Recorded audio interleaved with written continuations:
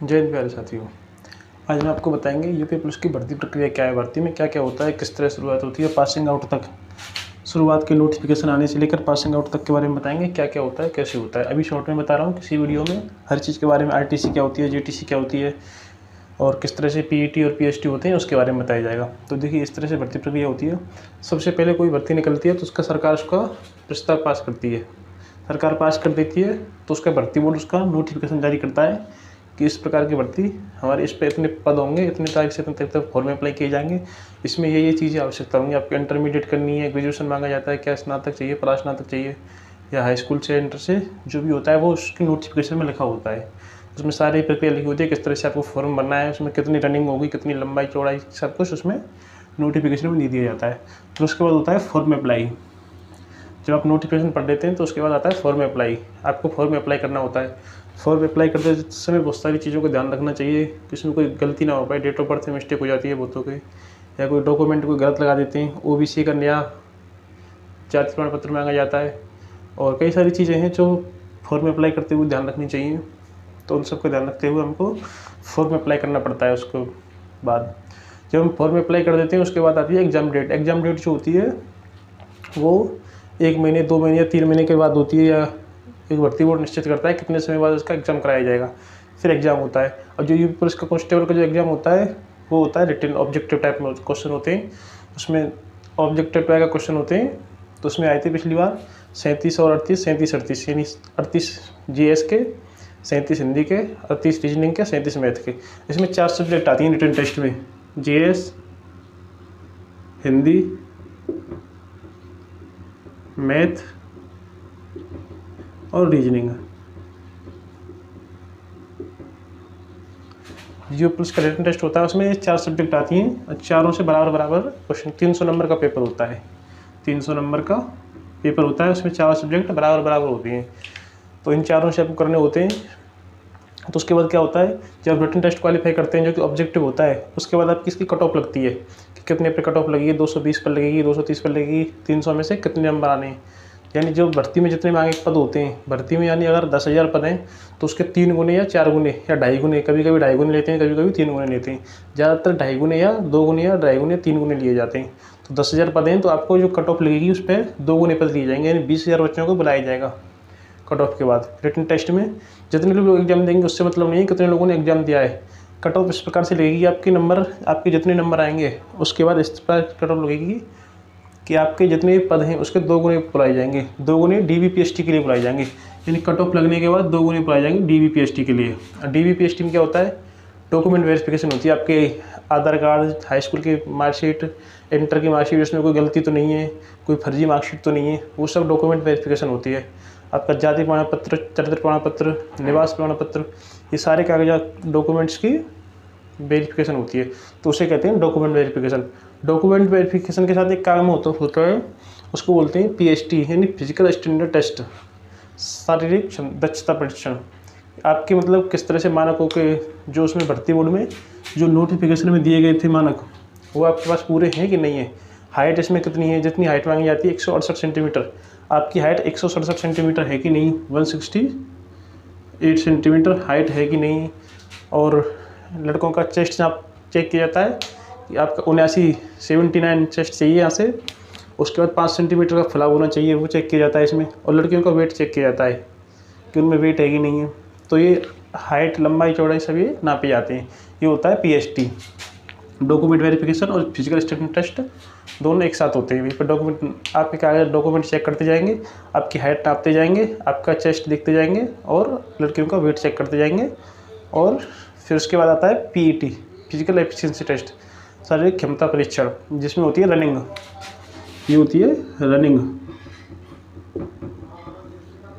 उसके बाद होती है आपकी रनिंग कि आपको जो यूपी पुलिस कांस्टेबल में रनिंग होती है वो होती है 5 किलोमीटर की रनिंग।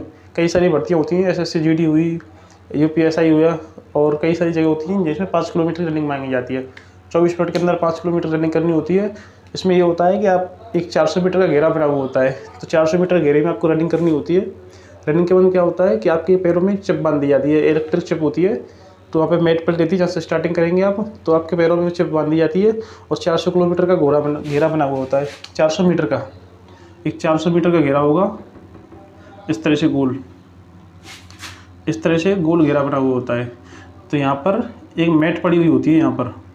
तो जब यहाँ पर आप आएंगे तो आपके पैर में एक चिप बांध दी जाएगी। तो जैसे ही आप इस मैट पर चढ़ेंगे, चिप का टाइम शुरू हो जाएगा। आपको पहला चक्कर लगाएंगे, दूसरा चक्कर लगाएंगे, टी एक बार करती है, थोड़ी आवाज़ करती है वो। लेकिन जब आपकी 12 चक्कर पूरे हो जाएंगे, बहुतों में यहाँ मिस्टेक हो जाती है काउंट करने में। तो बहुत लोग 11 चक्कर होते हैं, पहले रुक जाते हैं, तो वो भी फेल हो जाते हैं। तो आप यहाँ से चक्कर लगाएंगे तो आपको चक्कर भी काउंट करने होंगे कि कितने चक्कर हमारे हो चुके हैं। हमारी 5 किलोमीटर 4800 मीटर की रनिंग होती है, 4800 मीटर की। तो आपको यहाँ पर चक्कर लगाने होंगे 12 चक्कर लगाने होंगे 4800 मीटर करने के लिए। तो आप यहाँ पर जैसे घूमते रहेंगे तो चिप आपकी बोलती रहेगी। तो जैसे यहाँ पे एंट्री करेंगे आपका चिप का टाइम शुरू हो जाएगा यहाँ पर आपका। तो चिप का टाइम शुरू हो जाएगा तो आपको मिस्टेक नहीं करनी है और आपको रनिंग करते रहना। जब आपके चक्कर खत्म हो जाएंगे वो चिप को खोलेंगे और उस हिसाब से उसमें टाइमिंग दिखाएगा कि हाँ आपका कितने टाइमिंग आपने 4800 मीटर की रनिंग क्वालिफाई कर लिया है।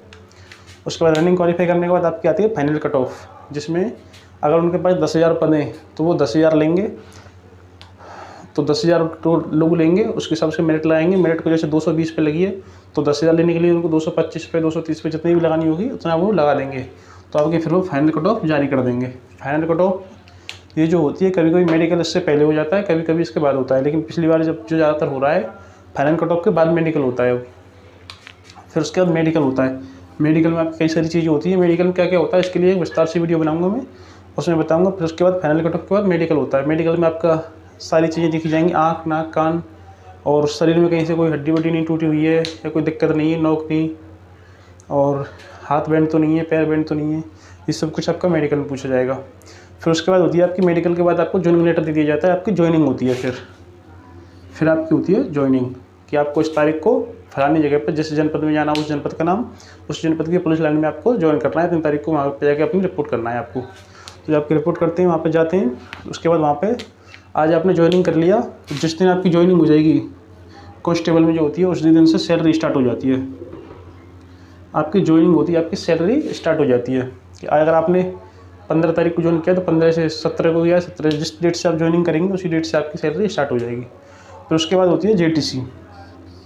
JTC जो होती है, जिस जनपद में आप ज्वाइनिंग कर रहे हैं उसी महीने में 1 महीने की ट्रेनिंग होती है, लगभग 1 महीने, लगभग थोड़ा बहुत ऊपर नीचे हो जाता है, तो लगभग 1 महीने की नॉर्मल ट्रेनिंग होती है जिसमें आपकी वर्दी सिलवाई जाती है और आपको बताया जाता है कि आपको किस तरह से क्या काम करना है। सब कुछ आपको सामान खरीदवाया जाता है, क्योंकि तो आप घर से जाते हैं तो आपको कुछ जानकारी नहीं होती, तो वो सारी जानकारी छोटी मोटी चीज़ें बताई जाती हैं।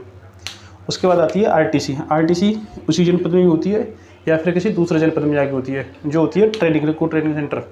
RTC होती है आपकी जो मेन ट्रेनिंग होती है, ये होती है 6 महीने की। 6 महीने की आपकी ट्रेनिंग होती है RTC की।